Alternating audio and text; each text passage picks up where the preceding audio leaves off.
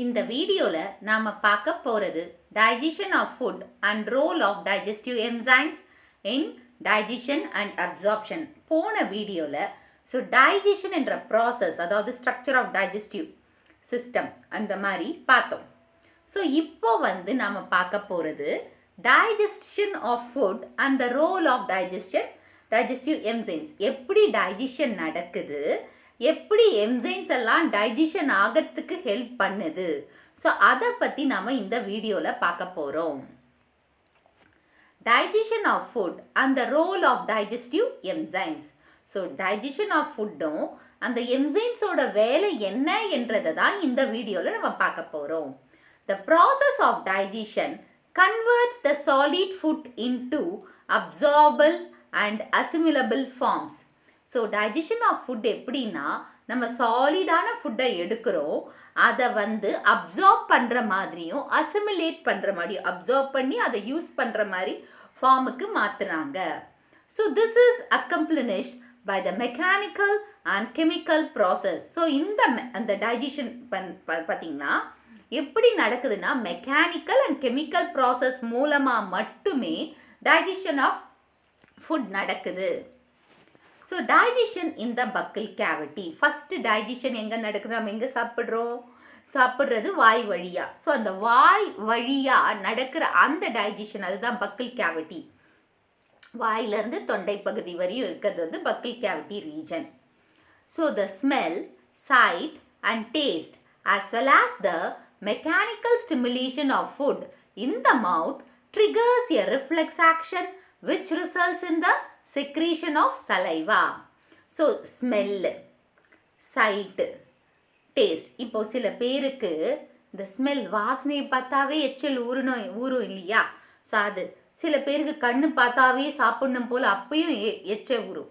சில பேருக்கு சாப்பிட்ட பிறகு டேஸ்ட், அந்த டேஸ்ட்காகவும் எச்சல் ஊறும். அந்த மவுத்தில் ஃபுட் அது ஸ்டிமுலேட் பண்ணுது. பார்க்கும்போது மெக்கானிக்கலாக இதை சாப்பிட்டா நல்லா இருக்குன்னு நம்மளுக்குள்ள ஒரு டேஸ்ட், ஒரு அப்பியரன்ஸ் வருது இல்லையா? அந்த மாதிரி இருக்கும்போது நம்மளுக்கு என்ன வரும், எச்சில் ஊறுன்னு சொன்னேன். ஓகேவா? அது எங்கே நடக்குது, வாயில். ஓகேவா? அது ரிஃப்ளெக்ஸ் ஆக்ஷனை ட்ரிகர் பண்ணுது. அது காரணம் என்ன, ட்ரிகர், அதாவது நம்ம ஒரு சாப்பாடை பார்க்கும்போது எச்சில் ஊறுது, அதை நினைச்சாலே எச்சில் ஊறுது. அதாவது பார்க்கும்போது ஸ்மெல்ல நம்ம நுகர்ந்தாலும் டேஸ்ட் பண்ணும்போது எச்சில் ஊறுது. அது ஒரு reflex action. The mechanical digestion starts in the mouth by grinding and chewing of food. It is called mastication. இந்த mechanical digestion, அதாவது mechanical digestion எங்கே ஸ்டார்ட் ஆகுது, வாயில். நாம் வாயில் சாப்பாடு சாப்பிடும்போது அதை கிரைண்ட் பண்ணுறோம். நல்லா கடித்து மெண்டு சூ பண்ணுறது நல்லா மெண்டு ஃபுட்டை சாப்பிட்றோம். அப்போ அந்த கிரைண்டிங் அண்ட் சூவிங் அந்த ப்ராசஸ்க்கு பேர் என்னென்னா mastication. The saliva contain water, electrolytes, salivary amylase, antibacterial agent, lysozyme and lubricating agent, that is mucus. சலைவாவில் வாட்டர் இருக்குது, electrolytes sodium, Na sodium, K potassium, Cl chlorine and HCO3 bicarbonates. இது எல்லாமே நம்ம சலைவாவில் இருக்குது. ப்ளஸ் அமைலேஸ், சலைவரி அமைலேஸ், அதுக்கு chemical name ptyalin. இதுவும் நம்ம சலைவாவில் ப்ரெசென்ட் ஆகிருக்கு. இந்த அமைலேஸோட ஃபங்க்ஷன் ஸ்டார்ச் பார்ட்டிக்கல் மேலே வேலை செய்யும். Antibacterial agent lysozyme. நம்ம சாப்பிட்ற சாப்பாடில் ஏதாச்சும் பாக்டீரியா நம்மளுக்கு தெரியாமல் போச்சுன்னா அதை சலைவா செக்ரீட் ஆகலையே, அதில் இருக்கிற லைசோசைம் என்சைமே பாக்டீரியாவை சாகடிக்கும். அண்ட் லூப்ரிகேட்டிங் ஏஜென்ட் மியூக்கஸ், அந்த சளி மாதிரி அந்த குழன்னு நம்ம கிரைண்ட் பண்ணி சாப்பிடும்போது சாப்பாடு ஒரு மாதிரி குழப்பன்னு வருது இல்லையா, தட் இஸ் கால்ட் மியூக்கஸ். அது ஒரு கிளைகோப்ரோட்டீன். நம்ம சலைவாவில் வாட்டர் இருக்குது, எலக்ட்ரோலைட்ஸ் இருக்குது, சலைவரி அமிலேஸ் இருக்குது, ஆன்டிபாக்டீரியலான லைசோசைம் இருக்குது, ப்ளஸ் lubricating agent மியூக்கஸும் இருக்குது.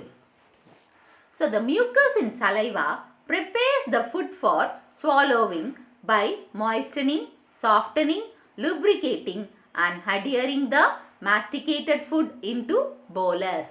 இப்போ இந்த மியூக்கஸ் அந்த சலைவா நம்ம சாப்பாடை என்ன பண்ணுதுன்னா நல்ல மெண்டு சாப்பிட்றதுனால அது மாய்ஸ்சர் ஒரு மாதிரி குழகுழப்பாக இருக்கா, சாஃப்ட் ஆகிடுதா, லுப்ரிகேஷன் நல்ல லுப்ரிகேஷனாக ஒன்றா சேர்ந்து ஈஸியாக வாய்க்குள்ள அதாவது ஒரு மாதிரி போலஸ் கண்டிஷனுக்கு கொண்டு வருது. மெண்டு சாப்பிடும்போது நீங்கள் கூட மெண்டு சாப்பிட்டு பாருங்கள் எந்த கண்டிஷனில் நம்ம சலைவா நம்ம ஃபுட்டு வந்து சலைவாவோட வேலை செய்யுதுன்னு பாருங்கள். ஒரு மாதிரி போலஸ் குழக்குழப்புன்னு அந்த தன்மையில் வரும், அதுக்கு பேர் வந்து bolus. About 30% of polysaccharide that is starch is hydrolyzed by the salivary amylase enzyme into disaccharides. So இந்த சலைவா அதாவது வாயிலேயே 30% பாலிசாக்ரைடாக இருக்கிற ஸ்டார்ச்சை வந்து டைசாக்ரைட் மால்டேஸாக மாற்றிடுது. எந்த என்சைம்? Salivary enzyme. ஸோ ஸ்டார்ச்சை மால்டோஸ் ஸ்டார்ச்சை மால்டோஸாக மாற்றுறது என்சைம் என்ன? Salivary amylase. The bolus is then passed into pharynx and then into esophagus by swallowing or deglutition. So bolus வந்து pharynx வழியாக போகுது, அதாவது முழுங்குறோம். ஸோ முழுங்கும் போது நெக்ஸ்ட் எங்கே போகுது? Oesophagus swallowing. அதாவது அந்த ப்ராசஸ் நடக்கும்போது போலஸ் வந்து pharynx ஈசோஃபேகஸ்க்கு எப்படி போகுது? நாம் முழுங்கிறதால ஸ்வாலோ பண்ணுறதுனால. So the bolus further process that is passes down through the esophagus to stomach by a successive waves of muscular contraction called peristalsis. இப்போ ஈசோஃபேகஸ் போயிடுச்சு. ஈசோஃபேகஸ்லேருந்து ஸ்டமக்குக்கு போகணும்னா நம்மளுக்கு பசி எடுத்தால் ஒரு வகையான சவுண்ட் வயிற்றுல கேட்கும். ஸோ அந்த சவுண்ட் இருக்கணும், அந்த வேவ்ஸ் உருவானாதான் நம்மளுக்கு சாப்பாடு உள்ளே இழுக்கும், ஓகே, உள்ளே போகும், சரியா? ஸோ அந்த வேவ்ஸ் வரதுனால தான் ஈசோஃபேகஸ்லேருந்து ஸ்டமக்குக்கு போகுது. ஸோ அந்த வேவ்ஸை நம்ம என்னன்னு சொல்கிறோம்? பெரிஸ்டாலிஸ். த gastric esophagus sphincter control the passage of food into stomach. So ஈசோஃபேகஸில் இந்த வேவ்ஸ் வந்த உடனே போயிடாது, ஸ்லோவாக தான் போகும். அங்கே ஒரு வால்வ் மாதிரி இருக்கும். ஸ்பின்ஸ்டர்னா வால்வ் மாதிரி. இப்போ தண்ணி ஓவர்ஃப்ளோ ஆனால் வால்வை மூடி வேறு இடத்துக்கு அனுப்புகிறாங்க இல்லையா? ஸோ அந்த மாதிரி ஒரு சின்ன வால்வ் மாதிரி இருக்கிறது ஸ்பின்ஸ்டர். ஸோ அது வந்து கேஸ்ட்ரோ ஈசோஃபேகல் ஸ்பின்ஸ்டர். அது என்ன பண்ணுதுன்னா control the flow of food into stomach. அதாவது ஃபுட்டு வந்து ஸ்டமக்குக்கு போகிறதுக்கு ஈசோஃபேகஸ்லேருந்து ஸ்டமக்குக்கு போகிறதுக்கு பார்த்து அனுப்புது. ஸோ இப்போ ஃபுட்டு வந்து ஸ்டமக்குக்கு போயாச்சு. பக்கிள் கேவிட்டிலேருந்து ஃபுட்டு வந்து ஈசோஃபேகஸ் வழியாக ஸ்டமக்குக்கு போயாச்சு. அதனால நம்ம இப்போ பார்க்க போகிறது digestion in the stomach. Food remains in the stomach for 4 to 5 hours. The rhythmic peristaltic movement churns and mixes the food with gastric juice and make it into a creamy liquid called chyme. இப்போ food வந்து ஸ்டமக்கில் 4 to 5 hours வரையும் இருக்குமா. அப்படி இருக்கும்போது இந்த peristaltic moment இருக்கு இல்லையா, அது கேஸ்ட்ரிக் ஜூஸோட நல்லா மிக்ஸ் பண்ணி ஒரு க்ரீமி சப்ஸ்டன்ஸாக மாற்றும். அதுக்கு பேர் வந்து chyme. ஸோ இந்த chyme. The gastric juice, that is the gastric secretion, is partly controlled by autonomic reflexes.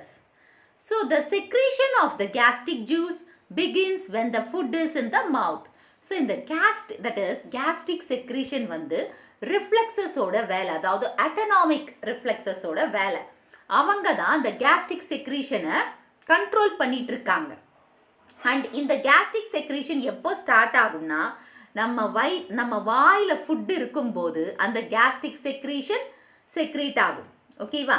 So the gastric juice contains HCl and proenzymes. So gastric juiceல என்னென்ன இருக்குது? HCl and proenzymes இருக்குது. proenzymes வந்து pepsinogen.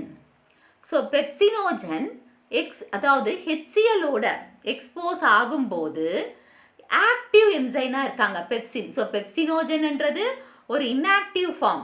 அது HCl-ஓட சேர்ந்தா பெப்சினாக மாறுது, active ஃபார்மாக இருக்குது. இவங்க என்ன பண்ணுறாங்கன்னா புரோட்டீன்ஸை புரோட்டியேசஸ் அண்ட் பெப்டோன்ஸாக மாற்றுறாங்க. ஸோ பெப்சினோஜனோட வேலை என்னன்னா இப்போ இன்ஆக்டிவாக இருக்குது. பெப்சினோஜன்னா இன்ஆக்டிவ். ஸோ இந்த பெப்சினோஜன் ஹெச்சிஎல்லோட சேரும்போது பெப்சினா இருக்குது. ஸோ இவங்களோட வேலை என்னன்னா புரோட்டீனை புரோட்டியோசிஸ் அண்ட் பெப்டோன்ஸாக மாற்றுறாங்க. The HCl provides an acidic medium which is optimum for pepsin, kills the bacteria and other harmful organisms and avoid purification. So HCl வந்து acidic மீடியமாக இருக்குது அண்ட் இவங்க என்ன பண்ணுறாங்கன்னா பெப்சினை கரெக்டான ஆப்டிமம் டெம்பரேச்சர் ஆப்டிமமாக வச்சுருக்காங்க. எல்லாத்தையுமே ஈக்குவல் லெவலில் வச்சுருக்காங்க. ஸோ HCl அது மட்டும் இல்லை, பாக்டீரியாவை கில் பண்ணுறாங்க. நம்ம வயிற்றில் இருக்கிற அதாவது நம்ம சாப்பிட்ற ஃபுட்டில் ஏதாச்சும் ஜெர்ம்ஸ் பாக்டீரியா இல்லை ஏதாச்சும் ஒரு ஆர்கானிசம்ஸ் உள்ளே போயிடுச்சுன்னா அவங்கள கில் பண்ணுறாங்க and avoids putrefaction. Next, the mucus and bicarbonates presence in the gastric juice play an important role in lubrication and protection of mucosal epithelium from the eroding nature of the highly acidic HCl. So இந்த மியூக்கஸும் பைகார்பனேட்ஸும் இருக்கு இல்லையா, அவங்க சலைவால மட்டும் இல்லை gastric ஜூஸ்லேயும் இருக்காங்க. So அவங்களோட வேலை என்ன, லுப்ரிகேஷன், நல்ல லுப்ரிகேட் ஆகணும், வராயாமல் நல்ல மிக்ஸ் ஆகணும். ஸோ மிக்ஸ் ஆகணும் ப்ளஸ் அந்த மியூக்கோசல் தட் இஸ் எபித்தீலியலை ப்ரொடெக்டும் பண்ணணும். ஸோ ஏன்னா HCl ரொம்ப அசிடிக்காக இருக்கிறதுனால அந்த மியூக்கஸ் மெம்பரைனா என்னது அட்டாக் பண்ணிடக்கூடாது இந்த HCl போயிட்டு. ஸோ அதுக்காக லுப்ரிகேஷனும் பண்ணணும் ப்ளஸ் மியூக்கஸ் எபித்தீலியல் லேயரை ப்ரொடெக்டும் பண்ணணும். Another proteolytic enzyme found in gastric juice of infants is renin. Help in the digestion of milk protein, carcinogen to casein in the presence of calcium ions. So இந்த இன்னொரு ப்ரோட்டியோலிட்டிக் pepsin மாதிரி இன்னொரு ப்ரோட்டியோலிட்டிக் enzyme வந்து renin. So இது வந்து சின்ன குழந்தைங்கிட்ட தான் இருக்குது. ஏன்னா சின்ன குழந்தைங்க பால் அதிகமாக குடிக்கிறதுனால அந்த பால் புரோட்டீனை டைஜஷன் பண்ணணும். ஸோ கேசினா மாற்றுறாங்க. எப்போன்னா கால்சியம் அயான்ஸ் இருக்கும்போது கேசினா மாற்றுறாங்க. So this enzyme secretes gradually reduces with ageing. வயசு ஆக ஏன்னா நம்ம சின்ன குழந்தையாக இருக்கும்போது நிறைய பால் குடிப்போம், அதனால் இந்த ரெனின் ரொம்ப ஆக்டிவாக வேலை செய்யும். பெரியவங்க ஆக பால் வந்து காலையிலையும் மாலையிலையும் இல்லை நைட்டில் அந்த மாதிரி ஆகும்போது ஸோ நம்மளுக்கு இந்த எம்சைனோட வேலை கம்மியாயிட்டே வரும். ஏஜ் ஆக எம்சைன் வந்து அந்த ரெனினோட எம்சைன் வந்து கம்மியாயிட்டே வரும். ஸோ நீங்கள் இது பார்க்கலாம், ஸ்டொமக்கில் நடக்கிற டைஜஷன் ப்ராசஸ் இது. So bicarbonates in the saliva make the pH 5.4 to 7.4. So இந்த சலைவால பைகார்பனேட்ஸ் இருக்கிறதுனால அதோட pH வந்து 5.4 to 7.4. If the bicarbonate level in the saliva is reduced, the saliva becomes acidic and the tooth enamel may get dissolved. இப்போ 5.4லேருந்து 7.5 வரையும் 7.4 வரையும் bicarbonates இருக்கிறதுனால தான் அந்த சலைவா வந்து கரெக்டாக இருக்குது. இப்போ சப்போஸ் அந்த பைகார்பனேட்ஸ் ரெடியூஸ் ஆயிடுச்சுன்னா நம்ம சலைவா வந்து அசிடிக்காக மாறிடும். அசிடிக்காக மாறிச்சுன்னா நம்ம பல்லில் இருக்கிற டூத் எனாமல் போயிடும். ஓகேவா, அது என்ன டூத் எனாமல்ஸ் ஆசிடில் கலந்துரும். சரியா,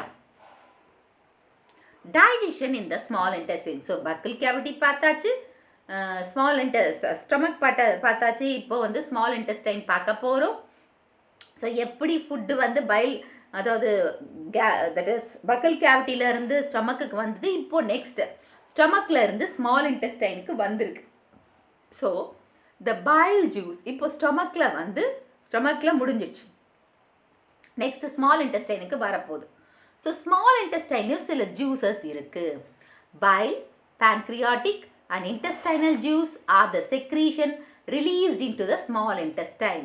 ஸோ ஸ்மால் இன்டெஸ்டைனில் bile juice, pancreatic juice, intestinal juice எல்லாமே ஸ்மால் இன்டெஸ்டைனில் ரிலீஸ் பண்ணுறாங்க. செக்ரீட் பண்ணுறது ஒரு இடம், ஆனால் ரிலீஸ் பண்ணுறது ஸ்மால் இன்டெஸ்டைனில். So the movements generated by the muscularis layer of the small intestine helps in the thorough mixing of food.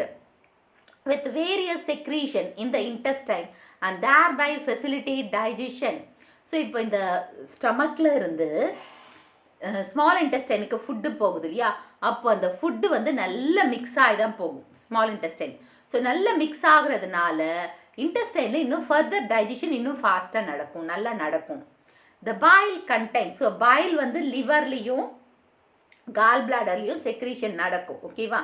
So இந்த பாயில் கண்டெய்ன்ஸ் பைல் பிக்மெண்ட்ஸ், அதாவது bilirubin and biliverdin as the breakdown products of hemoglobin of dead RBC, bile salts, cholesterol and phospholipids but has no enzymes. So bile வந்து pigments இருக்கு, bile rubin and bile veridin. இவங்க வந்து breakdown, அதாவது இந்த bile pigments வந்து ஹீமோக்ளோபினோட அதாவது breakdown product, அதாவது RBC வந்து 120 daysல செத்துரும். அந்த ஆர்பிசி சாகும்போது, அதாவது டெஸ்ட்ராய் ஆகும்போது ஃபார்ம் ஆனது தான் இந்த file pigments. So bile salts, cholesterol, phospholipids இதெல்லாம் இருக்கு. ஆனால் இந்த பைல் ஜூஸில் என்ன இல்லை? என்சைம்ஸ் இல்லை. The bile helps in emulsification of fats. So ஃபேட்டை ஃபேட்டி ஆசிடா லிப்பிட்ஸா மாற்ற முடியும். எமல்சிஃபிகேஷனை ஃபேட்டை பிரேக் டவுன் பண்ணுறது, ஃபேட்டி ஆசிட்ஸ் அண்ட் லிப்பிட்ஸா. So bile salts reduce the surface tension of fat droplets and break them into small globules. So bile சால்ட்ஸோட வேலை வந்து ஃபேட்டை வந்து ஃபேட் ட்ராப்லெட்ஸாகவும் ஸ்மால் குளோபியூலாகவும் மாற்றுவாங்க. So bile also activates lipases to digest lipids. So bile வந்து லைப்பேஸ் என்சைமை ஆக்டிவேட் பண்ணுது. ஏன்னா லிப்பிட்ஸை டைஜஷன் பண்ணுறதுக்காக, லிப்பிட்ஸை டைஜஸ்ட் பண்ணி சாப்பிட்றதுக்காக, அதில் இருக்கிற நியூட்ரியன்ஸ் எடுத்துக்கிறதுக்காக. Proteins and partially digested proteins in the chyme on reaching the intestine are acted upon by the proteolytic enzymes of the pancreatic juice. So ப்ரோட்டீனும் இங்கே பாதி டைஜஸ்ட் பண்ணியிருக்காங்க. எதை வச்சுன்னா pancreatic juice வச்சு.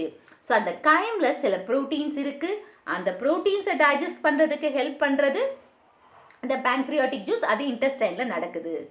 pancreatic juiceல வந்து சில என்சைம்ஸ் இருக்குது. Trypsinogen, chymotrypsinogen, carboxypeptidase, pancreatic amylase and pancreatic lipases and nucleases. So இதுதான் இந்த pancreatic juices, இதில் இருக்கிற அந்த என்சைம்ஸ்.